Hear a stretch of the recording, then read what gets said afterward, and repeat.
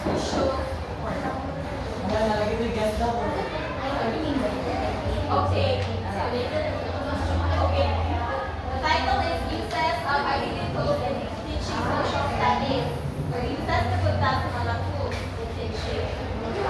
So, everybody please read. Today, every education faculty is going to take aid of ICT for meeting the current challenges in the world. They also trying to develop their own field and taking effort to reach their goals for the society.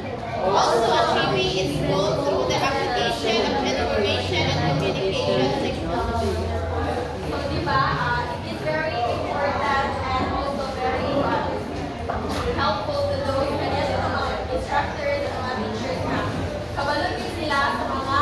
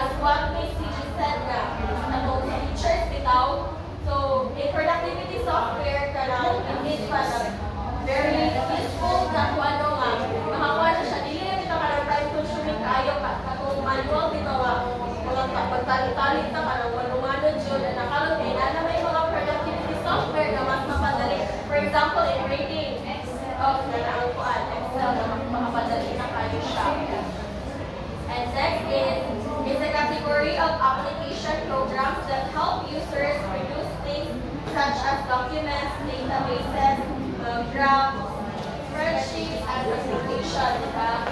And then productivity software increases efficiency by facilitating people's tasks. So, yes. One. With the help of the productivity software, no,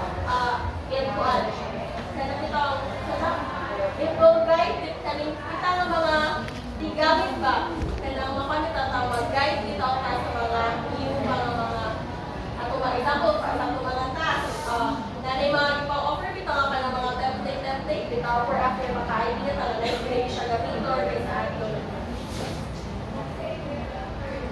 So, benefits of using productivity software. So, first is increased efficiency. So, by automating tasks and providing templates and other tools, productivity software can help users work more quickly and efficiently. So, as what I said, for example, ang kanina Canva, di ba? Gamitin siya natin kanina ito mga templates, kanina na kayo tama, hassle dito o pag-form pa naman ng pang-design na natin ito nakaset up siya. Yes. And next is improve accuracy. So, automated features can help reduce errors in data entry and other tasks. And then can help to know ma-reduce sa mga errors in data entry. For example, katong sa kanito sa Excel, di ba? Paano siya mo-work mo dito yung sa'yo ang formula mo sa kanito. Mapanta ka na, ma-aware na ta. Sa may episode 8, pag-save ako ka na rin, like, ma-aware ka, kapayos ko siya kapag-iwan ang pag-release. Next is greater flexibility. So, this is everybody. Productivity software often provides a range of ways to view and manipulate data, making it easier to find the information you need and tailor it to your specific needs. So, the productivity software ko na is it provides a range of ways na and manipulate data para mas sayon na ako making it easier to find the information you need and tailor it to your specific needs. For example, dapat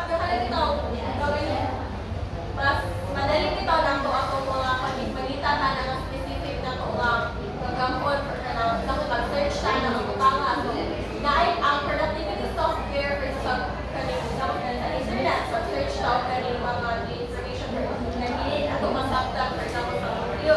So, ato na sa internet for us to mas ma-enlighten sa and then another benefit is enhanced collaboration. So, many productivity applications now include features that make it easy to share documents and work on them together with colleagues, which can improve communication and collaboration. So, the productivity software can enhance our collaboration. Just like for one,